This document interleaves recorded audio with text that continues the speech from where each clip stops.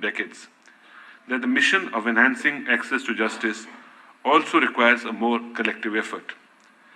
This is because our Constitution empowers every democratic institution in our country with the ability to secure individual rights and justice. In practice, this is termed as vernacular constitutionalism. It implies that our vision of justice need not be constrained to the pronouncements of courts or the development of legal doctrine.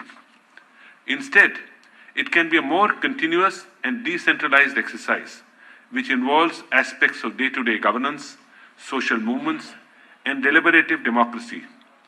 To give a few examples, when the feedback of stakeholders is incorporated into law, it essentially preempts a court having to achieve a similar result by reading down or invalidating that rule. Similarly, and this is something I've often emphasized, conducting a proper legislative impact study and examining the social context of the proposed law can be really impactful in preventing unnecessary litigation. Other than examining the viability and desirability of the proposed legislation, it is also important to see whether the existing judicial mechanisms are prepared to adjudicate this new class of litigation that can arise. It is for these reasons that we need to rediscover this oft-forgotten element of our constitutionalism. Not only is it essential for a healthy democracy, it is an underutilized way of securing greater access to justice. Now I would like to highlight areas where our lawmakers and the courts can work together. First is the provision of legal aid. We know that there is a large problem of under-trials languishing in prisons for extended amounts of time, and this is an area towards which we must urgently divert our attention. Our collective endeavor led to a significant change. The recent remission scheme for certain categories of prisoners to commemorate the 75th anniversary of the nation's independence was an exemplar in this regard. We can also concentrate our efforts towards conducting a thorough study of the effectiveness of the existing legal aid process, improving the ways in which legal aid lawyers are selected, provided them with appropriate incentives, training such lawyers more adequately, and introducing monitoring and accountability mechanisms. The second area where such coordination can be useful is in the creation of a comprehensive mediation framework for different kinds of disputes. That can go a long way in reducing the pendency of cases before our courts. I would like to end with a quote from Cicero. Justice looks for no price and no price. It is sought for itself and is at once the cause and meaning of all virtues. It is my most fervent hope that through the Constitution Day and the programs to be followed this weekend, we can mobilize our collective will to achieve the vision of the social justice expounded in our Constitution by its great drafters. Thank you and Jai Hind.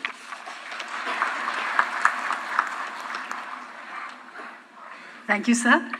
May I now request the President, Supreme Court Bar Association, Shri Vikas Singh, to address the audience.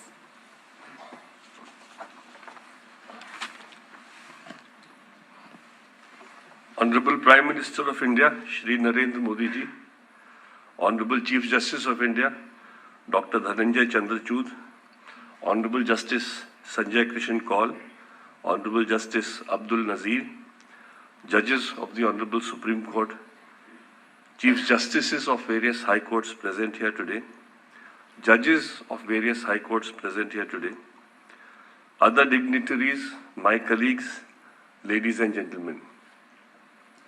We have assembled here today to celebrate the 73rd year of adoption of our Constitution. Our Constitution was framed by a Constituent Assembly, and the Constituent Assembly, as it was originally framed in 1946, had 389 members.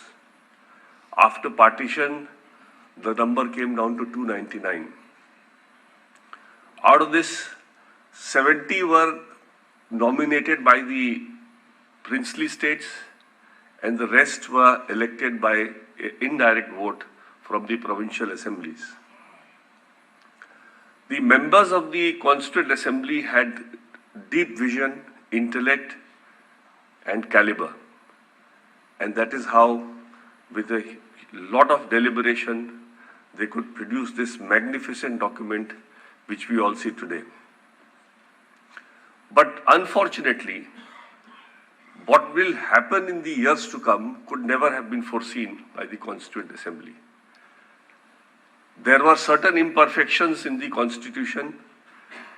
The Constitution gave the responsibility of enacting laws to the Parliament, executing laws to the Executive, and upholding the law to the Judiciary. The Judiciary, in all these years, while doing justice, have also been noticing some imperfections in the original Constitution. And because of the indulgence of the judiciary, of noticing these lacunae, the Constitution has been amended 105 times till now. The Constitution is an evolving document, and it has to be an instrument of social change if it has to be addressing the issues of the citizenry of this country. It has to keep evolving. There are several issues which I feel still need definite corrective action. And three things which I think are very important for our Constitution to survive and to prosper and our country to grow and become a world leader is by bringing in law to bar criminals from getting into politics. The anti-defection law, which has been made with a very salutary purpose of ensuring that there is no crisscrossing of people who get elected by a particular political party, needs to be strengthened. A person who is accused or is found guilty of the anti-defection law cannot be permitted to get back into the same house. He should be definitely debarred for the entirety of the house in which he is alleged to have defected. And lastly, I feel that the collegium system also needs improvement. I have always advocated that the collegium system was the right system, provided it functioned properly. And in this functioning that we have seen so far, the basis of envisaging the collegium system was that the judgment of the Supreme Court felt that the judges of the courts and the Supreme Court know the lawyers, and accordingly they are in the best position to select the best of them. The premise on first blush looks very attractive, but on a deeper scrutiny, it is seen that it is impossible for any collegium to know the lakhs and lakhs of lawyers practicing in a high court. There is no method by which the collegium knows where a particular lawyer is eligible or should be elevated. There are lawyers in law firms, there are lawyers in trial courts who deserve to be elevated. But this system of collegium knowing the person personally to elevate is an extremely faulty system, and in the process, our judiciary is suffering, and the judiciary, being the upholder of the Constitution, needs to be given topmost primacy, because even a law passed by unanimity by the entire Parliament can be set at naught by two judges sitting in the courtroom. That's the kind of power that the judges wield in our system. And to ensure that this power remains in the right hands, we have to ensure that the system remains relevant. I will only beseech the audience here today to think about this, because our Constitution, in order to be relevant and vibrant, has to keep churning and finding out better solutions. With these words, I will wish all of you a very happy 73rd Constitution Day in our 75 years of independence. Thank you.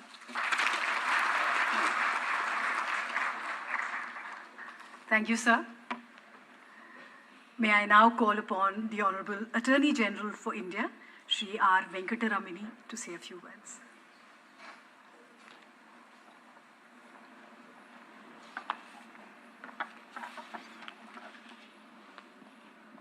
Honorable Prime Minister Shri Narendra Modi ji, Honorable the Chief Justice Dr. Dhananjay Chandrachud, former Chief Justice of India and former judges of the Supreme Court and judges of the High Court, Honorable Minister for Law and Justice and Honorable Minister for State Law and Justice, Shri Tushar Mehta, Solicitor General, Mr. Vikas Singh, President SCBA, and my other friends in the bar, ladies and gentlemen. It gives me immense pleasure to be part of this assembly on being together to celebrate our twist of destiny with the Constitution 75 years ago, in solemn affirmation of our soulful commitment to it. When we gather in such solemnity year after year, we renew our affinity to all its aspects, and most fundamentally to the Constitution as our inseparable partner of life. Every utterance of the Constitution takes place, first through we the people of Bharat and a vibrant Bharat. We the people are the soldiers of a great nation who keep faith with the Constitution by visiting its processes and promises in many ways and take pride in being free and being together. Being together as one great family tree. The Bharatiya family is unique. Its roots are ancient. Its wealth of knowledge and culture are special. Its contributions to world civilizations are also special. All those enrichments of the past are being splendidly carried, shared, and exchanged by we the people of India, or Bharat, all under the common heritage of our country and under the umbrella of the Constitution. We therefore have a solemn pledge to remember the legal fraternity and speaking constitutional language with we the people of Bharat, to journey with them, to share their pains and agonies, joys and tears, and to lend all our shoulders in promotion of their well-being and with equal regard for all lives. But the tasks are great and challenging. We are yet to eradicate some of the pernicious problems of caste and other social divides. The claims to equality is complex, and accommodation to be made call for coordination between law, society, and the courts, without, however, creating new divides. The new entrance in the field of human rights, particularly social media, has thrown open challenges of regulation. As we look at the number of rural, unemployed, urban adolescents in crimes and jails, it is disconcerting. The day when jails are empty of youth, the day when jails become really soul transformative, the day when our courts at the initial levels become comfort clinics, the day when every citizen in need of justice and finds it at the doorsteps, that day ought to be the day the legal fraternity must be looking for. As we look at the disappointed rush for some employment, at the other of somewhat educated youth, it is disturbing. Economically deprived sections of minorities or otherwise, another set of our people whose justice needs also call for special investments. I do not wish to be talking stuff of distress. All this I say is that I share deeply the pains and agonies of all those who are in urgent need of constitutional justice.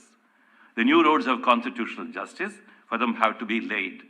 The Honorable Prime Minister always listens, and his heart and mind never rest without listening. The 200 and odd years of constitution making across the globe and their duration tell us great lessons. The fragile democracies in various parts of the world teach us lessons. The loss of ability of people in certain countries to staunchly abide by democracy and stand firm by rule of law are also lessons. It is only by keeping agile on our freedoms and freedoms of those in lack of it. It is only by swearing by an open society where all distinctions can melt that we would be keeping faith with the Constitution. The legal profession and the courts are twin gateways. I do not propose to dwell on themes only of concern to the Supreme Court bar. We are only a microcosm. However, some issues of concern may be flagged. It is important that government stops overloading the court with endless statutory appeals, alongside a seamless and huge flow of cases from high courts. The conversion of Supreme Court into a small causes court must stop, even though for one in trouble, any court is good enough. Whether we keep engaging our thoughts on a National Court of Appeals or not, we need to strengthen our high courts and also decongest them, which alone can stem the flow of work in the Supreme Court. Our property dispute laws must undergo review and must become settlement commissions away from adversarial motions. Our family courts must become family comfort institutions. For doing all this, we need a permanent law reforms commission with legal reforms wing, court reforms wing, coordination wing with the courts, and a dedicated research wing connected to law schools. The vast spread of our people in varied deprivations who are justice hungry remain untouched. They lack public defenders' assistance. They lack neighborhood legal service provisions which must serve them 24 hours like hospitals. Every panchayat must have a legal service provision. In a digital age, making this happen cannot be a problem. The structure of free legal services, even in semi-urban and urban, are still far from matching the needs of demands. Most important and radically new ways of conceiving and organizing their basic needs through innovative institutional structures need to be explored. Socio-economic entitlements commissions, which can resolve social and economic needs and demands of deprived sections of the community, may be conceived to relieve courts from inadequately addressing them. Also, the need to come to courts to settle matters of salary or pay or pensions or retrial benefits must cease. If there be a justice provision tax on the rich and the able, let it be conceived. I suppose the administration of justice comprehends all means of fulfilling these tasks. For long, governments have been talking about litigation policies.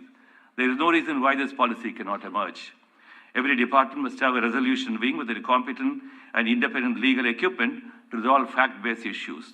And every matter need not be a legal dispute matter. Only complex legal issues which cannot be otherwise settled must go for institutional resolution. I am confident that the government will lend its ears to an earnest Attorney General to draw a quick roadmap and all the above. If only we dedicate 1 year exclusively for each subject, we can progress with great dispatch. I think rule of law is a non-violent revolution. We do not need any violent revolutions, as all such revolutions are paths of totalitarianism. The more and more of rule of law means room for no violence. Bharat can lead the way by setting its own benchmarks. I would like to look for the day when the West may come for learning from us on justice standards. Colonialism of minds and peoples will then cease. By doing all this, our constitution will be beyond reputation and then refutation. Let us continue to march on the grand journey towards care of all and compassion without discrimination. I conclude my speech with a poetry addressed to my motherland. O nation of great mind and thoughts of past so long and cradles many, that nurtured knowledge of shades many, many. O nation of people with ancient roots, with entanglements thin and bosoms lodge. O nation that know the dark divisions of faith and caste, like spider webs can trip and trap. O nation of many tongues and cultures, faiths and creeds, and blends and bonds, of fibers strong, why bleed our minds, why freeze our hearts, why fence our homes. With petty thorns, swords once drawn are poison strong, words once dropped are slipping weeds. Fold all your clashes, fold all your noises. Little device with constant chases can grow to seismic seasons quick. In composure, do all things flourish. In common pursuits of common weal, little skirmishes do dissolve. O nation of paths in beauty drawn, in common resolve of love for all, let our oars do swing and hail our life. Thank you for your attention.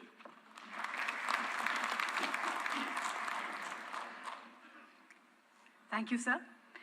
May I now request the Honorable Union Minister of Law and Justice, Shri Kiren Rijiju, to address the audience.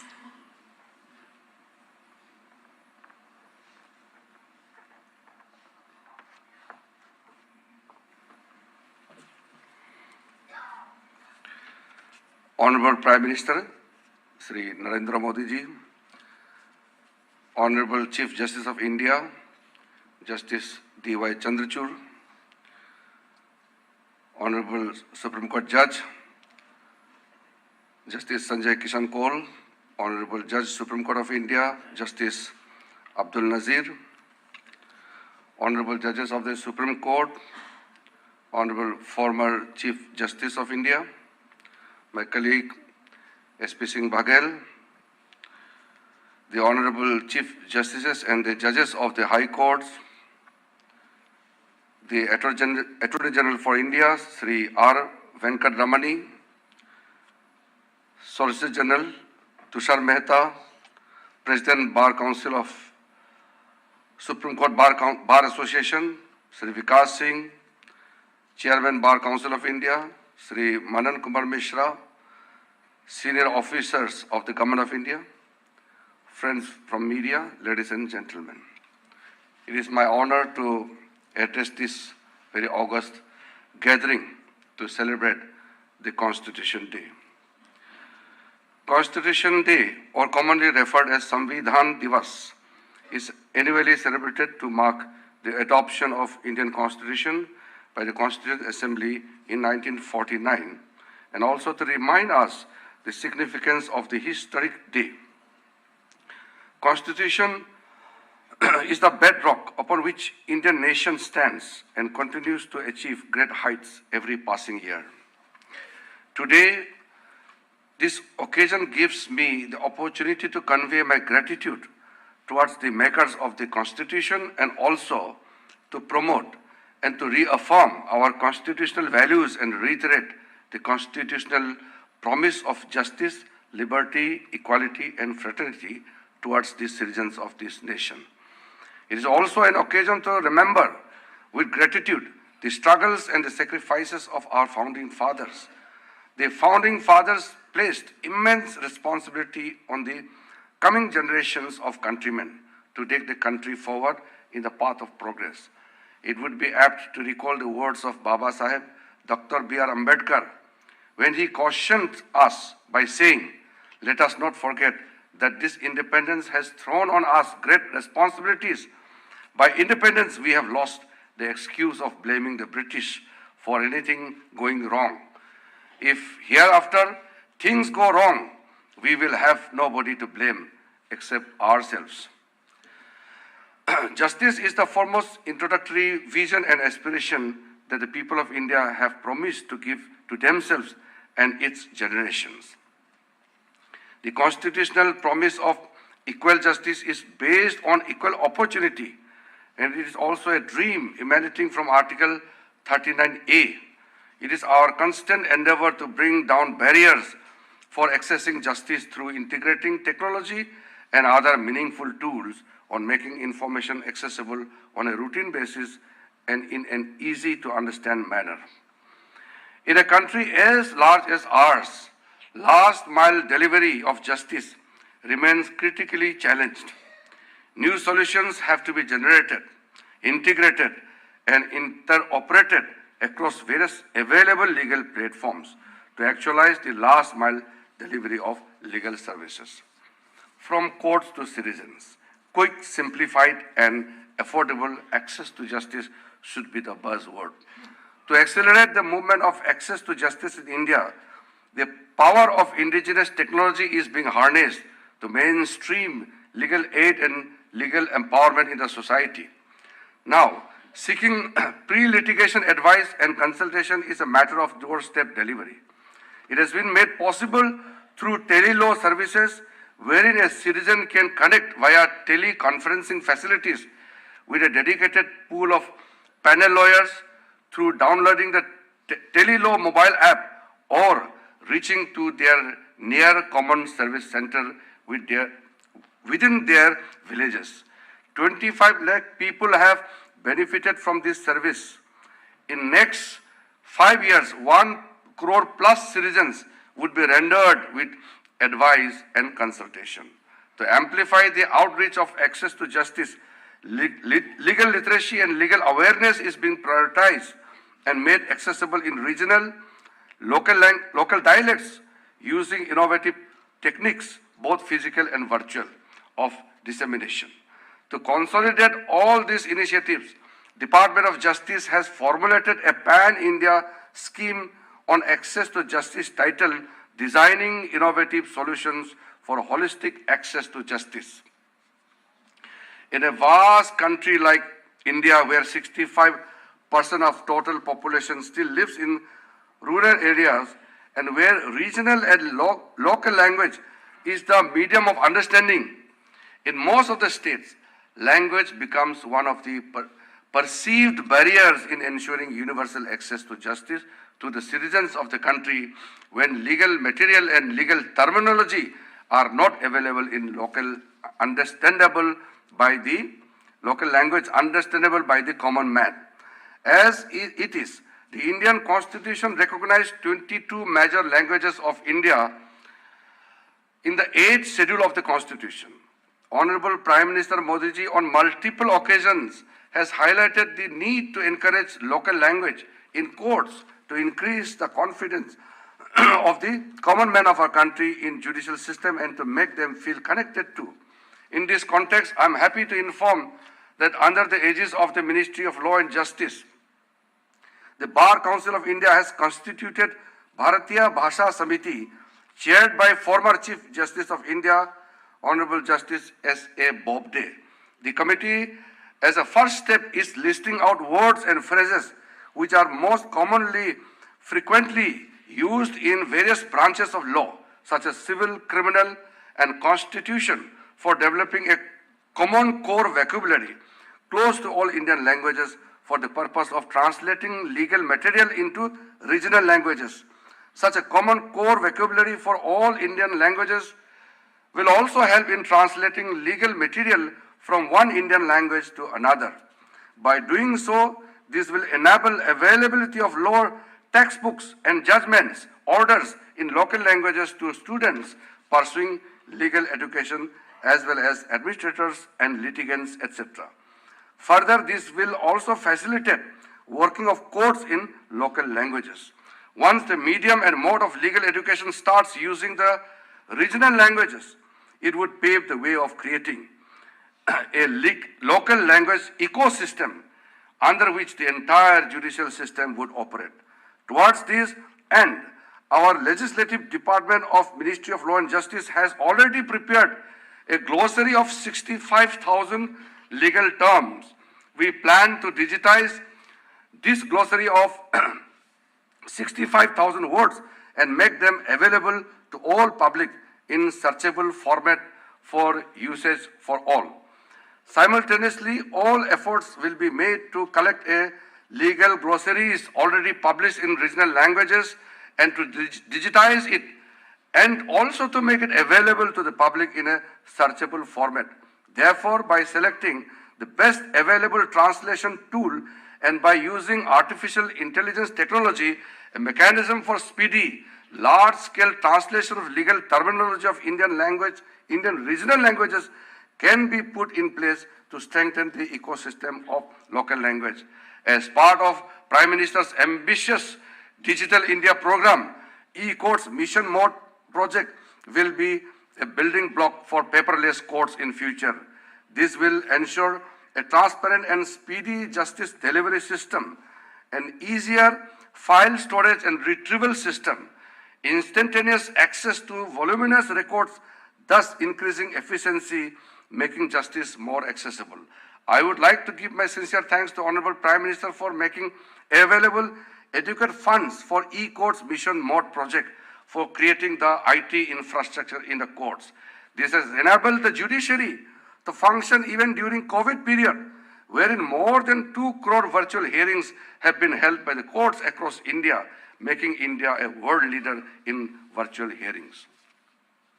The phase 2 of the project is nearing its completion. In the end, I would like to mention that on this auspicious occasion, we worked as a team from the government side under the visionary leadership of Honorable Prime Minister.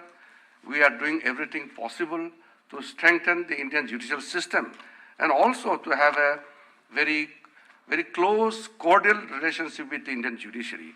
And I am also fortunate that all the Chief Justices of India, the previous 2 former Chief Justice and the present Chief Justice, and the team of the Honorable Judges in the Supreme Court, as well as the High Courts led by the Honorable Chief Justices, we have shared very cordial relationship and identified those issues which we have to deal collectively.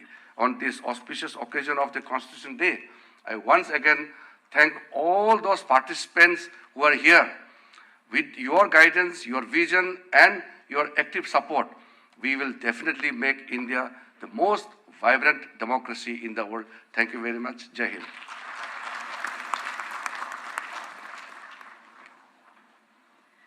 Thank you, sir. May I now request the Honorable Chief Justice of India, Dr. Justice Dhananjay Yashwant Chandrachud, to address the audience.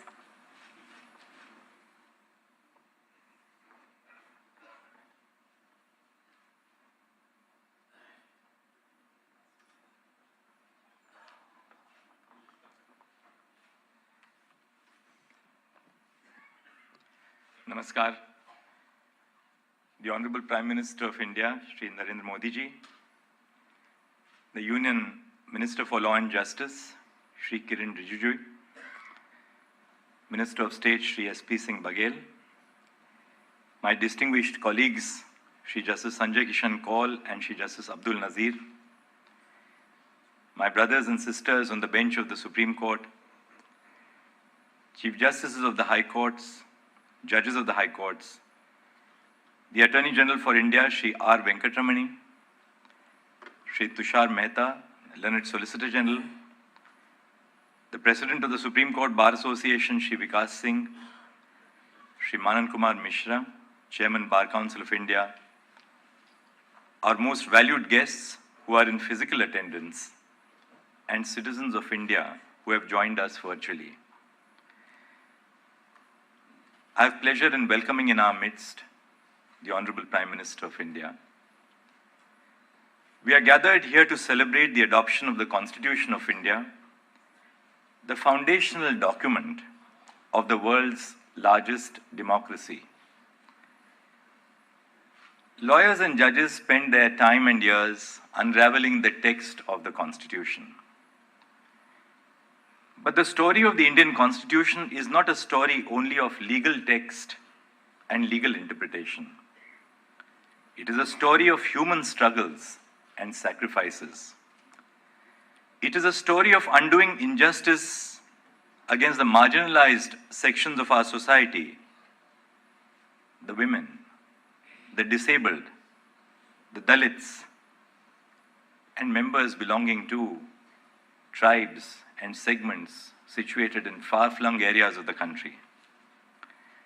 It must be remembered that the marginalized communities were the first to plant the seeds of the constitutional ideas of liberty, equality, and fraternity on Indian soil. The first wave of resistance against the colonial power came from the indigenous communities of India. Our Constitution is a social contract entered into between those who were in power historically and those who were oppressed and sought to change the power hegemony and chose to govern themselves. Coincidentally, this year marks 75 years since our nation attained independence. India's liberation from colonial rule and the drafting of the Constitution were simultaneous projects. The prolonged struggle for independence culminated with the demise of the colonial reign and the birth of an independent nation governed by self-rule. However, the death of the colonial regime was not accompanied by a simultaneous birth of constitutional values that we hold on so dearly to. When India gained her independence, she was invested with social evils. As the first Prime Minister said on the eve of independence, the past clings on to us still in some measure, and we have to do much before we redeem the pledges we have so often taken. That has been the continuing constitutional project. As the Supreme Court said in its judgment in 2018, from British rule, there was another struggle going on since centuries and which still continues. That struggle has been for social emancipation. The Constitution of India is the end product of both these struggles. The Constitution of India is to a large extent aspirational, for it seeks to deliver political freedoms and civil rights, attempting to shrug off the colonial baggage. It seeks to remedy the injustices that are suffered in a socially hierarchical society. When the Constitution was adopted, the social, political, and economic realities of our nation were in stark contrast to the aspirational ideals in the text of the Constitution. The Constitution entrusted the legislature, the executive, and the judiciary with the role of bridging this gap between constitutional ideals and social reality. I am conscious that colonial and pre-colonial courts followed an approach of reluctance, disinclination, and inaction in protecting the rights of citizens. For instance, scholars and historians have documented the refusal of colonial courts to interfere in cases involving socio-religious custom even if the rights of the marginalized were violated.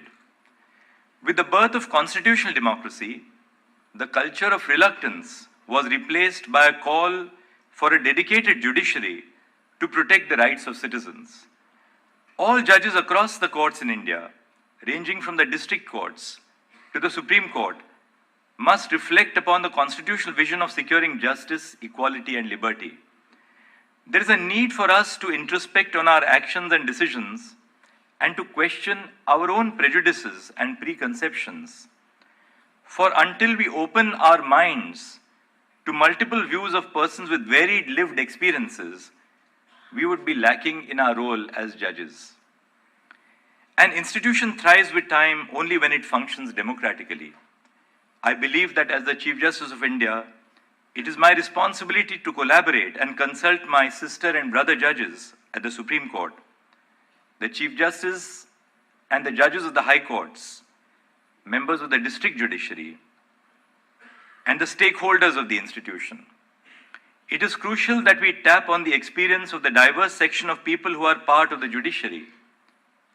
Their knowledge and understanding would undeniably strengthen the institution. That is why it is all the more important that the representation of marginalized communities and women in the legal profession and the judiciary is enhanced. The Indian courts have been at the forefront, protecting the rights of the marginalized groups and upholding the rule of law. The jurisprudence that has emanated from our courts in India has influenced decisions in far-flung nations as diverse as Australia, Kenya, South Africa, Jamaica, Uganda, Fiji, Sri Lanka, Bangladesh, Nepal, Malaysia, and Singapore, which share similar problems. In a nation as large, diverse, and graded as ours, the paramount challenge that the judiciary as an institution faces is to ensure that the justice delivery system is accessible to everyone. Challenges require dedicated actions. The Indian judiciary has been adopting several measures of institutional reforms with a single objective, and I borrow the celebrated phrase of American civil rights activist Dr. Martin Luther King Jr. to describe it: to bend the arc of the moral universe towards justice. We have been adopting technology to improve the working of courts.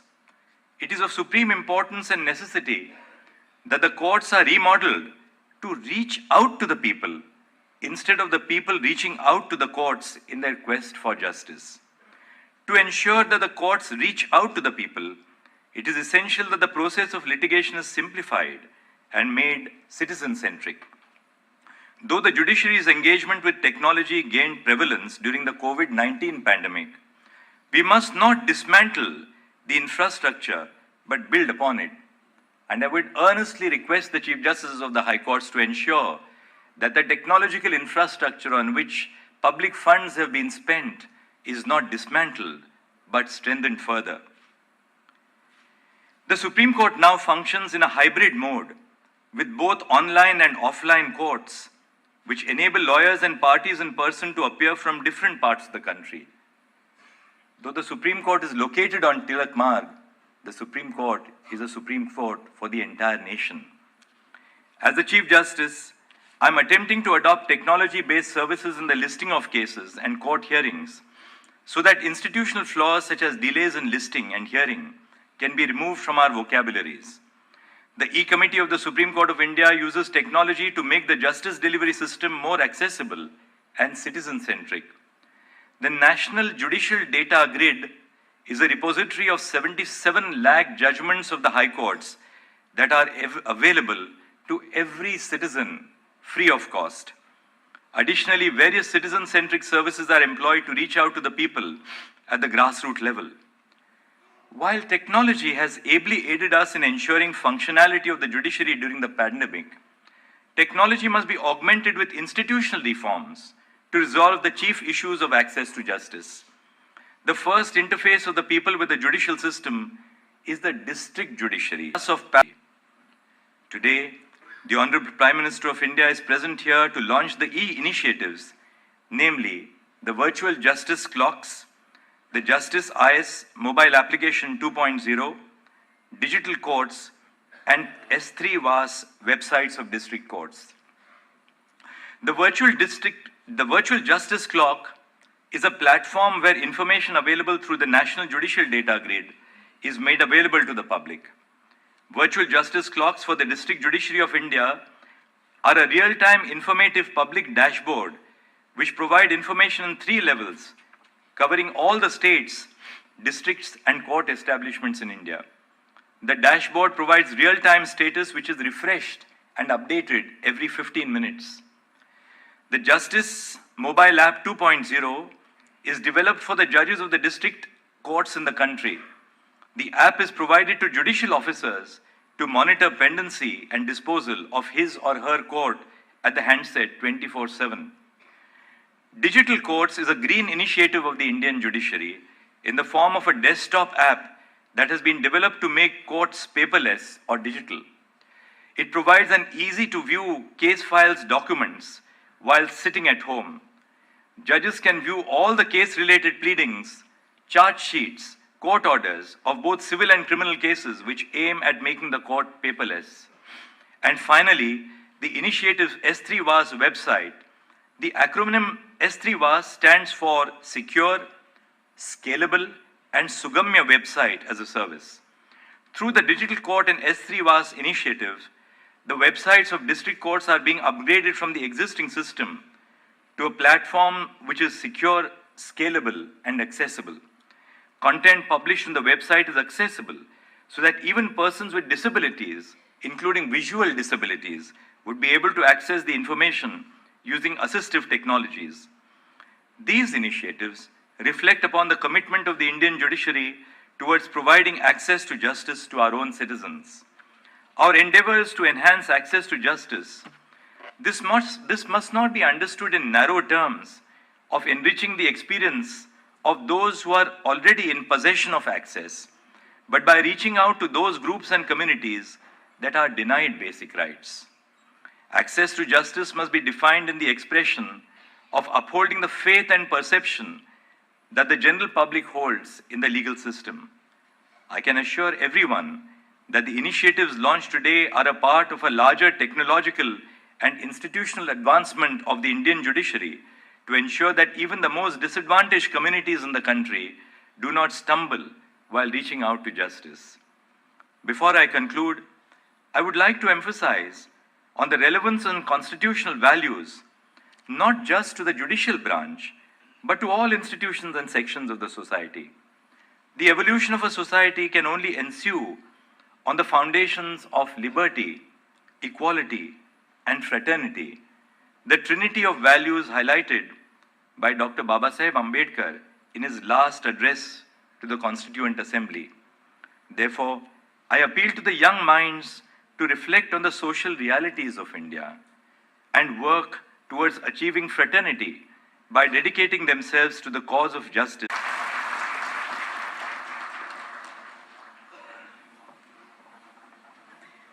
Thank you, sir. May I now request the Honorable Prime Minister of India, Shri Narendra Modi ji, to launch the e-initiatives of the Supreme Court of India as described by the Honorable Chief Justice of India.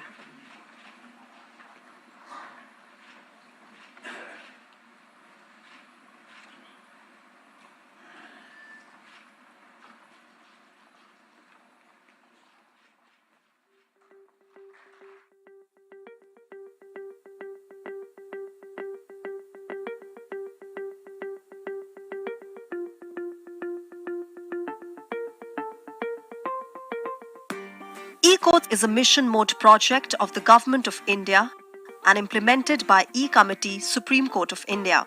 The following new initiatives under E-Courts project have been conceived.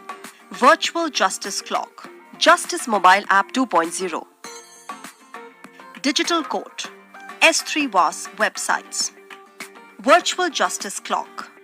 It is a real-time public dashboard which provides information of institution, disposal, case clearance rate, age-wise pendency, and listed cases at 3 levels, that is, national, state, and district. Now, citizens can access information from anywhere on the websites of the district court without physically visiting court premises. It is a step forward to fulfill the aim of transparency and accountability in judicial domain. Justice Mobile App 2.0. The app is provided to judicial officers to monitor pendency and disposal at fingertips. It is a tool available to judicial officers for effective court and case management. Now, the access to this app has been extended to the honorable judges of the Supreme Court, High Courts, and Principal District Judge of District Judiciary. It generates alerts and provides statistical information of pendency and disposal. Justice Mobile App will facilitate policy making for speedy dispensation of justice and easy access to justice. Digital Court. A green initiative where court records will be available to the judge in digitized form. Being integrated with e-filing and ICJS, the case papers e-filed by the litigants, so also the charge sheets, FIR sent by police machinery on ICJS platform will be available to the court 24/7. Digital Court provides multiple annotation options for judges to digitally read and add comments on case files through various digital tools. Customized reports can be generated through combination of various search criteria. Unique feature of working in offline mode is also made available. Digital court environment is cost-effective, safe and secure mechanism which will enhance the efficiency and ease of doing business in judicial domain. S3 WAS. Secure, scalable and Sugamya website as service. S3 WAS is a framework that empowers the district administration to generate, configure, deploy and manage websites for publishing specific information and services related to district judiciary. The websites comply with the mandatory guidelines of digital accessibility. 15 district court websites are ready to migrate to S3 WAS framework, and all district court websites will soon be migrated on S3 WAS platform.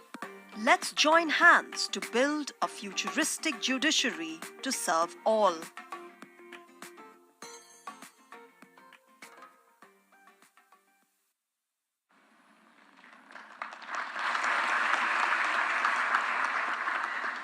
On this special occasion, may I request the Honorable Chief Justice of India to present a memento to you, the Honorable Prime Minister of India.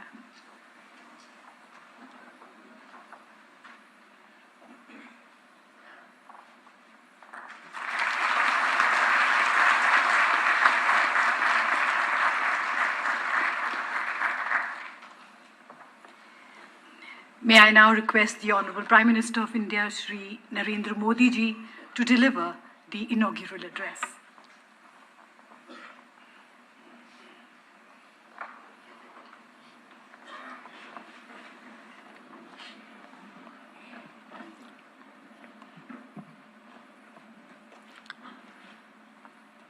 Bharat के मुख्य न्यायाधीश justice Shri D.Y.. Chandrachud जी, केंद्रीय कानून मंत्री Shri Kiran ji, justice Shri Sanjay Kishan Kaul जी, justice Shri S. Abdul Nazeer जी, कानून राज्य मंत्री Shri SP. Singh Baghel ji, attorney general R. Venkataramani जी, supreme court bar association के प्रेसिडेंट श्री विकास सिंह जी, सभी उपस्थित न्यायाधीशगण, सम्मानित अतिथिगण, देवी और सज्जनों, नमस्कार।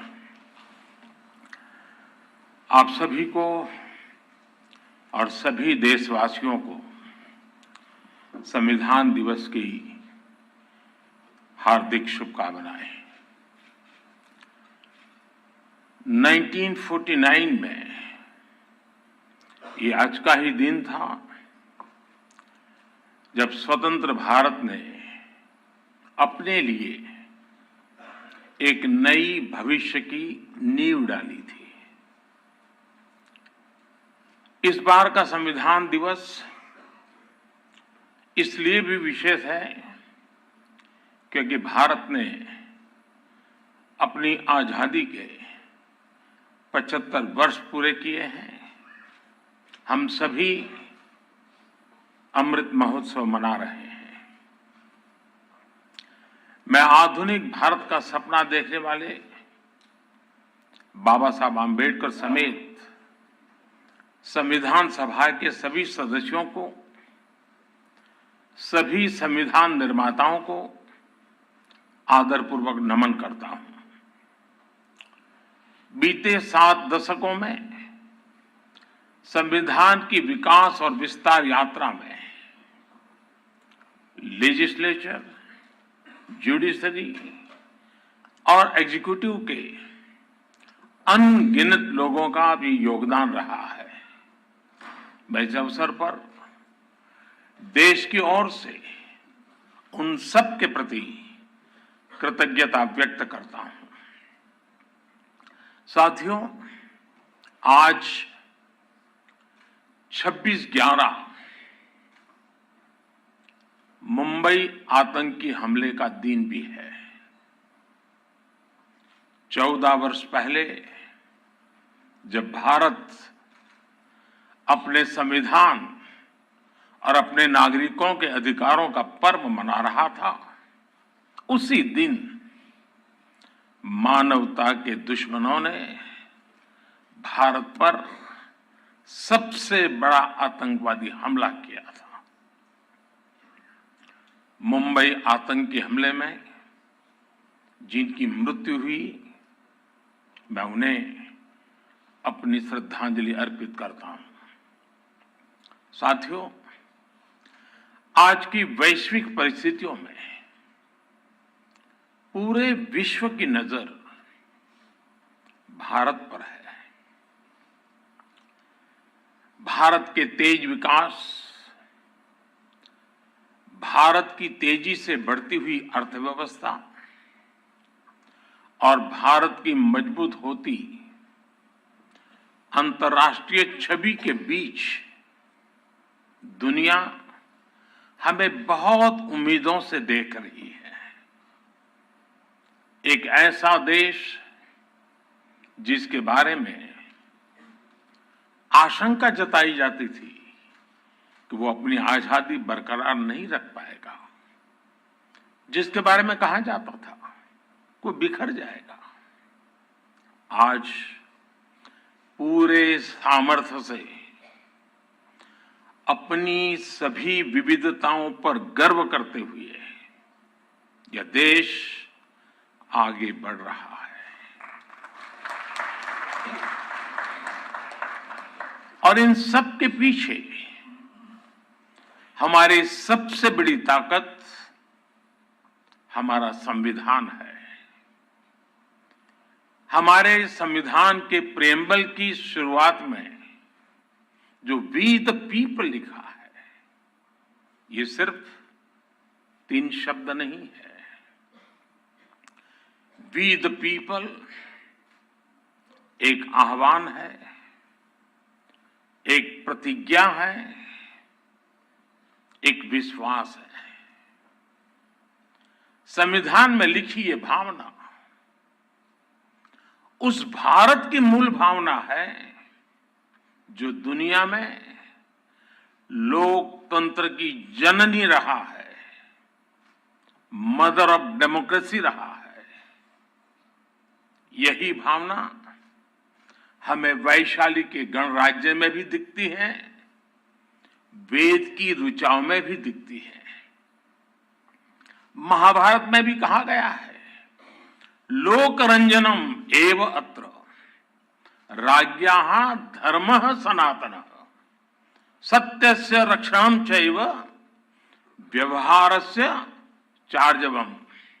अर्थात लोक को यानी नागरिकों को सुखी रखना, सच्चाई के साथ खड़े होना और सरल व्यवहार, यही राज्य का व्यवहार होना चाहिए।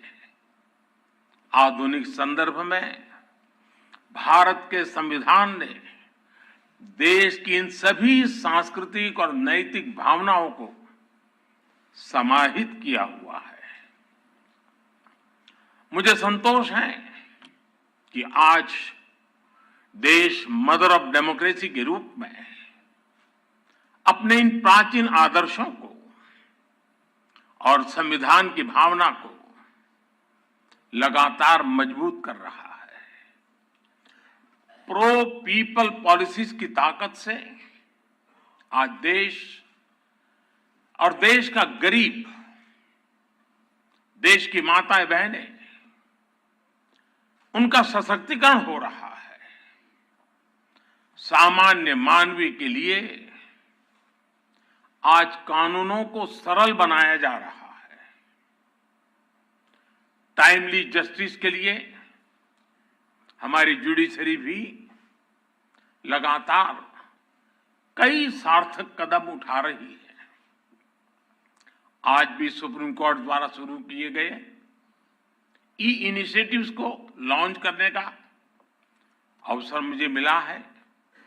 मैं इस शुरुआत के लिए और ईज ऑफ जस्टिस के प्रयासों के लिए मैं आप सभी को बधाई देता हूं। इस बार 15 अगस्त को लाल किले से मैंने कर्तव्यों की बात पर बल दिया था। ये हमारे संविधान की ही भावना का प्रकटीकरण है।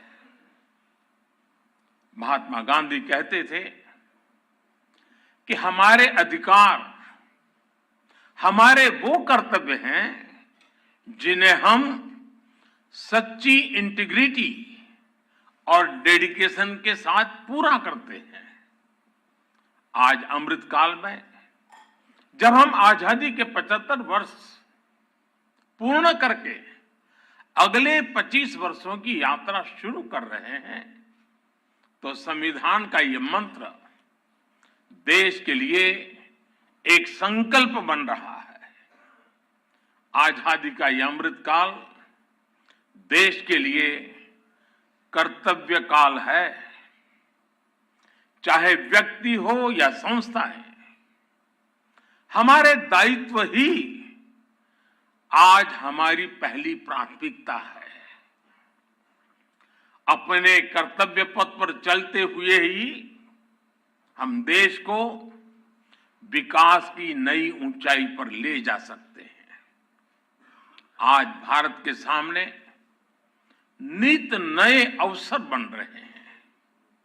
भारत हर चुनौती को पार करते हुए आगे बढ़ रहा है। एक सप्ताह के बाद भारत को G20 की प्रेसिडेंसी भी मिलने वाली है। ये बहुत बड़ा अवसर है। हम सभी टीम इंडिया के रूप में विश्व में भारत की प्रतिष्ठा को बढ़ाएं। भारत का योगदान विश्व के सामने लेकर जाएं। ये भी हम सभी का सामूहिक दायित्व है। भारत की मदर ऑफ डेमोक्रेसी के तौर पर जो पहचान है, हमें उसे और सशक्त करना है। साथियों, हमारे संविधान की एक और विशेषता है जो आज के युवा भारत में और भी प्रासंगिक हो गई है। हमारे संविधान निर्माताओं ने हमें एक ऐसा संविधान दिया है जो ओपन है, फ्यूचरिस्टिक है और अपने आधुनिक विजन के लिए जाना जाता है। इसलिए स्वाभाविक तौर पर हमारे संविधान की स्पिरिट यूथ सेंट्रिक है। आज स्पोर्ट्स हो या स्टार्टअप्स, इंफॉर्मेशन टेक्नोलॉजी हो या डिजिटल पेमेंट्स, भारत के विकास के हर आयाम में युवा शक्ति अपना परचम लहरा रही है। हमारे संविधान और संस्थाओं के भविष्य की जिम्मेदारी भी हमारे इन युवाओं के कंधों पर ही है। इसलिए आज संविधान दिवस पर मैं सरकार की व्यवस्थाओं से, देश की न्यायपालिका से एक आग्रह भी करूंगा। आज के युवाओं में संविधान को लेकर समझ और बढ़े, इसके लिए ये जरूरी है कि वो संवैधानिक विषयों पर डिबेट्स और डिस्कशंस का हिस्सा बने। जब हमारा संविधान बना तब देश के सामने क्या परिस्थितियां थी, संविधान सभा की बहसों में उस समय क्या हुआ था, हमारे युवाओं को इन सब विषयों की जानकारी होनी चाहिए। इससे उनकी संविधान को लेकर दिलचस्पी और बढ़ेगी। इससे युवाओं में इक्वालिटी और एम्पावरमेंट जैसे विषयों को समझने का विजन पैदा होगा। उदाहरण के तौर पर हमारी संविधान सभा में 15 महिला सदस्य थी और उनमें एक दक्षयानी बेलियाउधन वो महिला थी जो एक प्रकार से वंचित समाज से निकल करके वहां तक पहुंची थी। उन्होंने दलितों, मजदूरों से जुड़े कई विषयों पर महत्वपूर्ण इंटरवेंशंस किए। दुर्गाबाई देशमुख, हंसा मेहता, राजकुमारी अमृत कौर, ऐसे ही और कई महिला सदस्यों ने भी महिलाओं से जुड़े विषयों पर अहम योगदान दिया था। इनके योगदान की चर्चा कम ही हो पाती है। जब हमारे युवा इन्हें जानेंगे तो उन्हें अपने सवालों का जवाब भी मिलेगा। इससे संविधान के प्रति जो निष्ठा पैदा होगी वो हमारे लोकतंत्र को, हमारे संविधान को और देश के भविष्य को मजबूत करेगी। आजादी के अमृत काल में ये भी देश की एक अहम जरूरत है। मुझे आशा है संविधान दिवस इस दिशा में हमारे संकल्पों को और अधिक ऊर्जा देगा। इसी विश्वास के साथ आप सभी का बहुत बहुत धन्यवाद।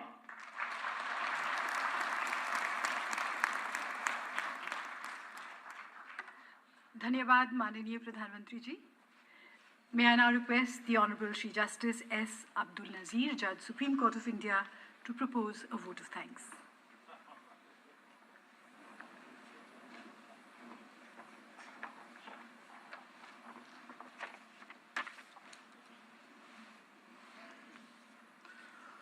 Honorable Prime Minister of India, Shri Narendra Modi ji, and other dignitaries on the dais, ladies and gentlemen. It is indeed a matter of great honor and pride for me to propose the vote of thanks on the 73rd anniversary of the Constitution of India. The date today, that is 26th November, holds great significance for every year. It reverberates the beautiful and inspiring journey that we, the people of India, have traveled thus far since 1949, when the Constitution of India was adopted. Fast forward 73 years, today we stand as the largest sovereign, socialist, secular, democratic republic in the world, where the ideals of justice, liberty, equality, and fraternity are secured to all the citizens of India. This could not have been possible without the foundational guidance of Dr. B.R. Ambedkar and the monumental efforts of the members of the Constituent Assembly who drafted the Constitution in such manner and style that it not only recognizes the socio-economic and political rights and interests of 1.3 billion citizens, but also provides great adaptability to accommodate the changing needs of the times ahead without compromising on its basic structure. Swami Vivekananda once said, and I quote, "Every nation has a message to deliver, a mission to fulfill, a destiny to reach. The mission of India has been to guide humanity," unquote. In our mission of upholding the constitutional morality and values, we must arise awake but never stop. We, in the capacity as judges, strive to streamline our justice delivery system to make it more efficient and accessible for all, while ensuring that the judicial institutions are at the forefront when called upon to adopt changes with time and technology. I extend my hearty